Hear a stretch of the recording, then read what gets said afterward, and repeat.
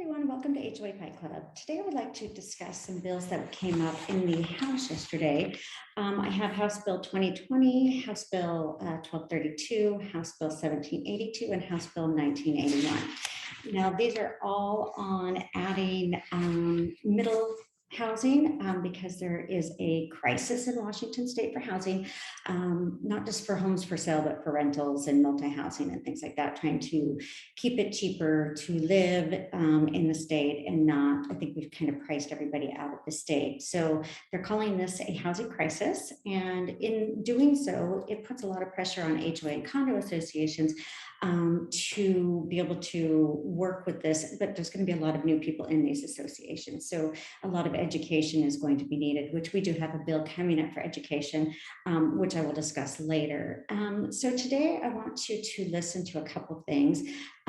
This is Kellen Wright. He works for Washington State, and I'm going to share my screen with you so that you can just hear what he has to say and what they're trying to introduce in Washington State. I just want you to keep an ear out about how they're talking about associations and common interest communities. So let's listen to Mr. Wright. Homeowners associations and common interest communities are communities made up of members or owners of real property in the area associated with the association or community, who are obligated to pay for taxes, maintenance, or other costs of common areas. An association or community can also regulate or limit the use of property by its members. For example, common interest communities are allowed to adopt rules to establish construction and design criteria for housing or aesthetic standards. Similarly, a restrictive covenant or a deed restriction is a restriction or limitation on the use of property that runs with the property. It stays with the property as ownership is transferred. All right, now turning. So he just briefly kind of discussed what an HOA is. And now we're going to go to the next one, because I think it's important to hear what they say after that. So let's listen to Mr. Wright again. All right, turning now from the housing element to homeowners associations. Homeowners associations, common interest communities, and restrictive covenants that affect property located in a city that the city would be prohibited from disallowing.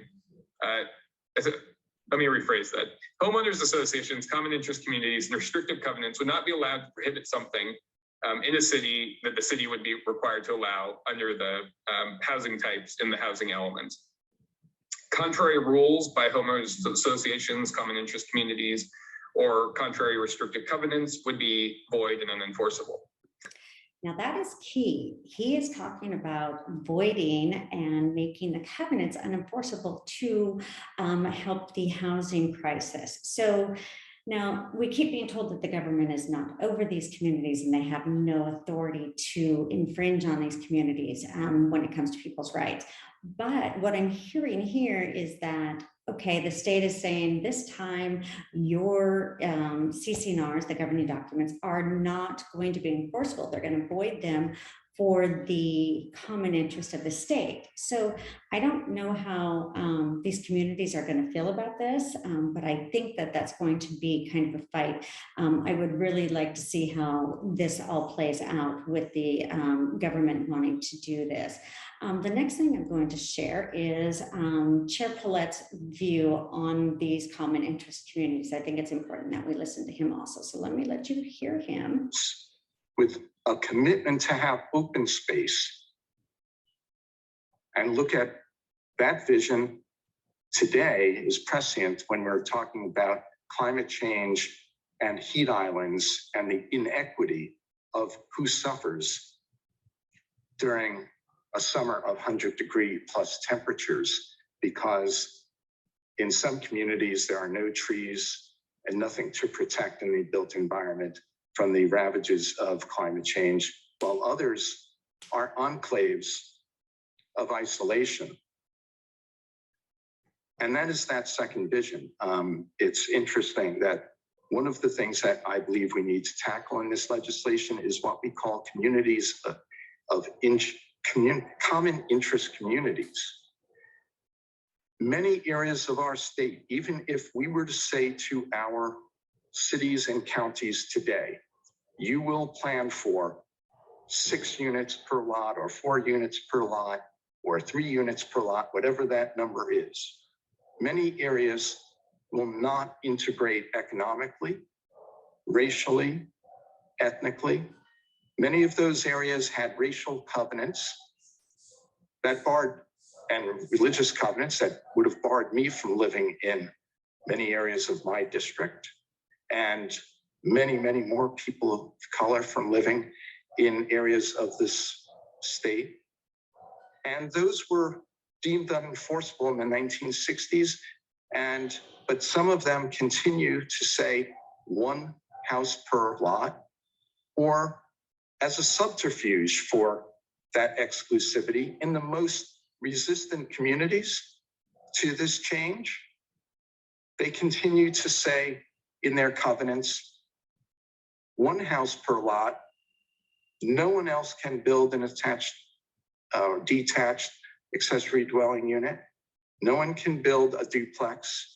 No one can use their property to help offset the affordable housing crisis. And I'm proud that this 1981 is the only bill that says, and I will urge that all bills that we move forward include ensuring that every community is part of the solution and is opened up for economic and racial and ethnic integration, and not subject to their own private zoning rules, where they say, you go ahead, we're exempt. So he was very clear on that. He doesn't think that HOAs and condo associations and common interest communities should be exempt from the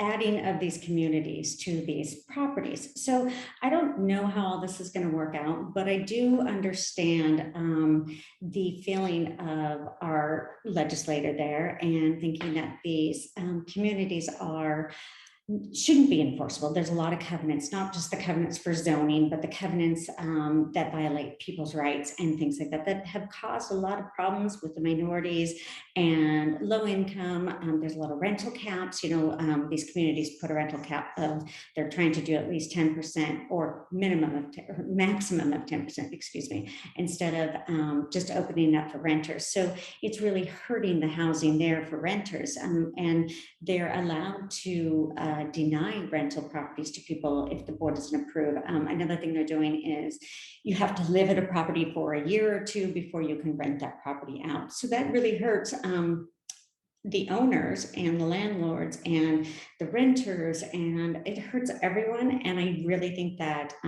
we need to look at these covenants.